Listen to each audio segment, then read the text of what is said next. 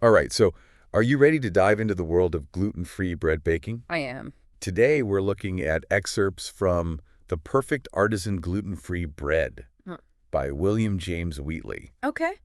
And it's kind of an amazing story. Yeah. This guy just started baking gluten-free bread because his friends had gluten sensitivity. Early. And he just went all in and became like this master gluten-free baker. Wow, what a friend. Right. Yeah. So this book really is packed with like everything you need to know to bake delicious gluten-free bread, It really does. from like the basics all the way to sourdough techniques Mm-hmm. and even like regional variations. Oh, wow. So we can unpack all that today. Sounds good. But first, let's talk about the basics. Okay. One thing that Wheatley really emphasizes is having an oven thermometer, Oh, yeah. because That's a good one. you'd be surprised how many ovens Yeah. run hot or cold I know, right. without us realizing it. Yeah. And they Yeah. can really make a difference. It can totally mess up your bread. Exactly. Yeah. Like if your oven's running hot, Yeah. your bread might come out Dry. dry or undercooked, Yeah. or if it's running cold. Or burnt on the outside and raw on the inside. Yeah, exactly. Yeah. Yeah. So oven thermometers a must-have. Absolutely. What else is like really essential for someone just starting out?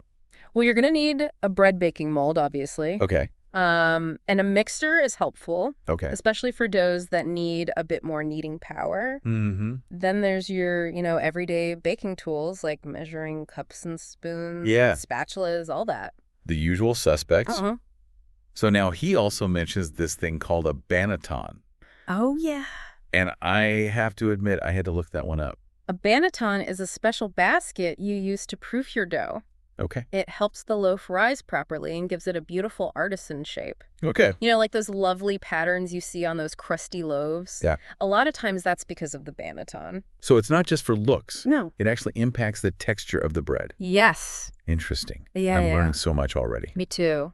Now, speaking of ingredients, Yes. Wheatley covers a ton of different gluten-free flours. He does. There's a huge variety out there. Yeah, so instead of like getting lost in this long list, Yeah. let's just highlight a few Okay. that are really key. Right. For instance, teff flour. Teff flour. Yeah, that's a good one. Have you heard of that one? I have. It's got this wonderful, nutty and sweet flavor. It's Oh. so versatile. Wow. You can use it for bread, but also pancakes and cookies. Teff flour. Mm-hmm. Mm-hmm. Mm-hmm. Okay. I have to look into that. Yeah. What else stands out to you? Well, there's psyllium husk, Okay. which is vital for gluten-free baking. Okay. It's not technically a flour, but it acts as a binder, Okay. adding that stretchy quality that gluten usually provides. So it's kind of like the glue that holds it all together. Exactly. So teff flour for flavor, Yeah. and psyllium husk for structure. Mm-hmm. Got it. Yeah. And then when you start combining different flours, you can create these unique blends that are tailored to specific bread types. Oh. Like Wheatley has recipes in the book for everything from an all-purpose blend to blends for white bread, Mm-hmm. hearty dark loaves. So you're not just substituting one gluten-free flour for regular wheat flour. No. You're really creating a whole new world of flavors and textures. You are. It's like a whole new way of thinking about bread. And what's great is that Wheatley encourages experimentation. He does, yeah. He gives you the ratios for his blends, Mm-hmm. but he wants you to kind of find what works best for you. For your taste Yeah. and your baking style. That's where the artisan part really comes in. Exactly. You're not just following a recipe, Right. you're understanding the ingredients Mm-hmm. and how they work together. Yeah. Speaking of artisan, Yes. let's talk about sourdough. Okay. I have to admit, Yeah. the idea of gluten-free sourdough always seemed a bit intimidating. It can be a little intimidating, right? Yeah. But Wheatley breaks it down beautifully. Oh, good. He walks you through creating your own gluten-free starter from scratch.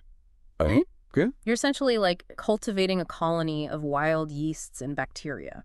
It's like having a little pet you need to feed regularly. Yeah, that's a great analogy. So, Yeah, your starter needs attention and care. how does a gluten-free sourdough starter differ from like a traditional starter? Well, What surprised you most about this section of the book? the fundamentals are really the same. Okay. You're still creating that environment for those wild yeasts and bacteria Mm. to thrive. Yeah.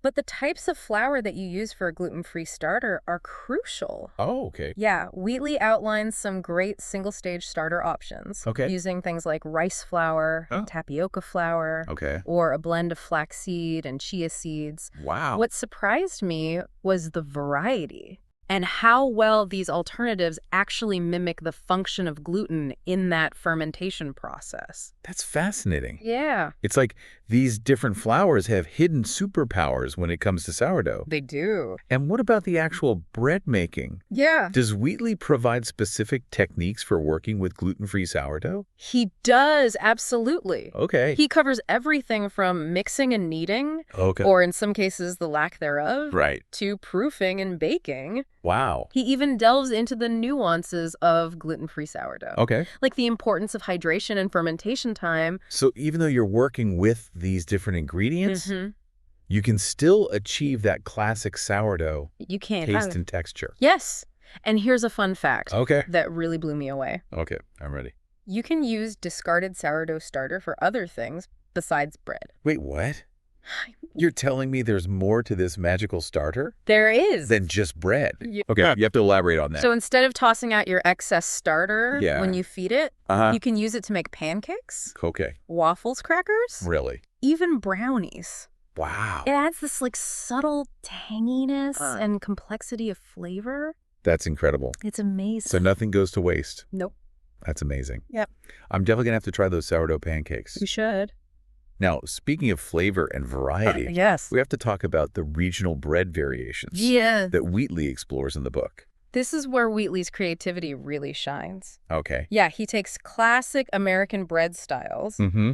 and gives them a gluten-free twist Okay. using unique flour blends Yeah. and flavor combinations. So we're talking about more than just your basic white or wheat loaf here. Oh, yeah. What are some of the regional variations that he covers? Well, of course, he has a recipe for the iconic San Francisco sourdough, Okay. but he also ventures into some less expected territory. Okay. Like, for instance, there's a rustic New York loaf Okay. that traditionally includes caraway seeds. Oh, yeah? Wheatley's version uses a blend of millet sorghum and brown rice flour, Wow. giving it this like hearty, earthy flavor. That sounds good. It is. And remember that Chicago boule with the black bean flour that we Yeah. mentioned earlier? Yes. That's another great example. Oh, yeah. Who would have thought to use black bean flour in bread?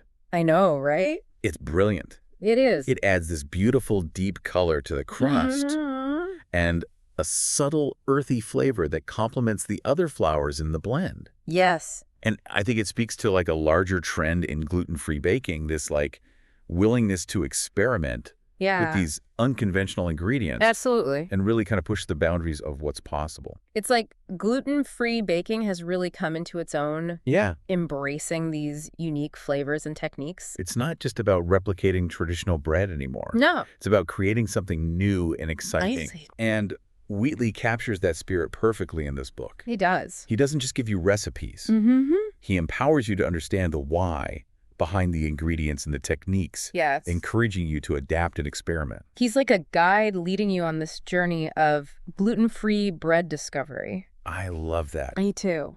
Okay, so we've covered a lot of ground here. We have. We've talked about essential equipment, Mm-hmm. the fascinating world of gluten-free flours and blends, Yes. the magic of sourdough starter, The magic. and even taken a virtual bread tour across America. It's been quite a deep dive. It has. And what strikes me is how approachable Wheatley makes it all seem. Yeah.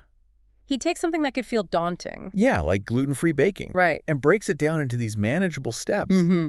infused with passion and a sense of adventure. I totally agree. And what's great is that he doesn't shy away from the challenges of gluten-free baking. No, he doesn't. Yeah, it's like he's saying, hey, it's okay if your first loaf isn't perfect. Yeah. Just keep learning and experimenting. You'll get there. You will. And that's what I love about this book. Mm-hmm. It's not just about the recipes. Right. It's about fostering a deeper understanding and appreciation for the art of gluten-free bread baking.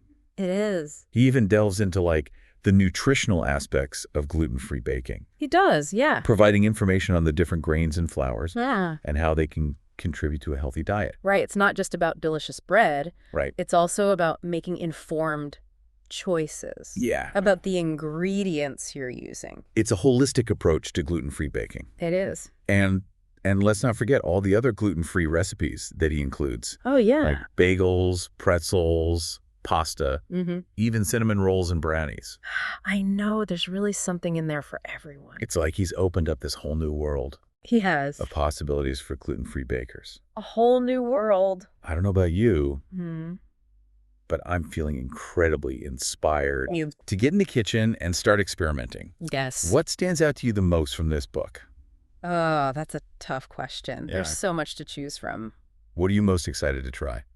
I think I'm really drawn to those regional bread variations. Oh, yeah. I think I might try my hand at that Chicago brie with the black bean flour. Oh, yeah. It just sounds so unique and flavorful. It does. And who knows, maybe I'll even give that discarded starter pancake recipe a try. Yes. Why not? Well, there you have it, folks. Uh-huh. A deep dive into the wonderful world of gluten-free bread baking. It is a wonderful world. Guided by William James Wheatley's The Perfect Artisan Gluten-Free Bread. What a book. It's a book that will not only equip you with the knowledge and skills to bake delicious gluten-free bread, Mm-hmm. but also inspire you to explore, experiment, Yes. and truly embrace the art of gluten-free baking. I think he really achieved that with this book. Yeah. Inspiring. So what will you bake first? Let us know. No.